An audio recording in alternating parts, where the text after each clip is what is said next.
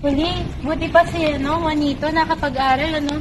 Oo nga, Anita, sana tayo rin ay nakakapag-aral katulad ni Juanito. Tama ka dyan.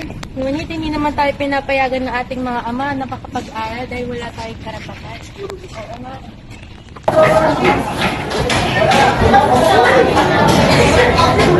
Ayusin ninyo ang mga trabaho nyo, mga walang kwentang Indyo. Opo.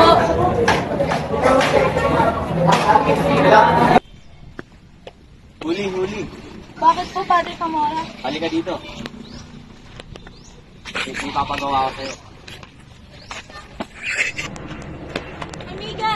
Ano nangyari sa'yo, amiga? Si Padre Camora, ano ginawa sa'yo? Ama, Ano yung binibini? may nais akong sabihin na importante. Maaari mo sabihin yun. Nais ko magpakasal sa napili kong pinuono sa ginawang doktor. Di maaari yan. Naitapda ka ng ipakasal kay Ginoong hindi niya. Ito siya, oh. Uy, dito ka lang dapat ipakasal. At hindi doon sa paslupa na si... Bigyan ng karapatan ng mga kababaihan! Karapatan! Walang karapatan nga sa inyo.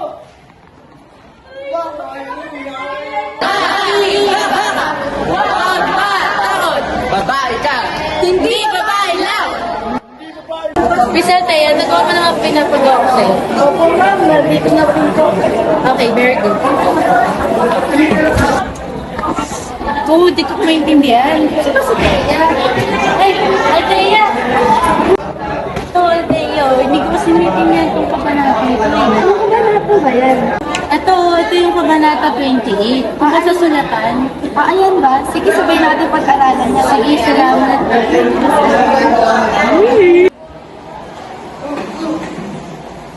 Salamat, anak.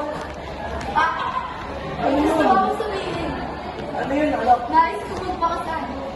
Aba, sige. Masaya ko palayaan para magpakasal sa iba. Kay Jokton ko gusto magpakasal. Si Jokton ang gusto kong pakasalan. Sige, mag-ingat kayong dalawa. Good luck. Okay,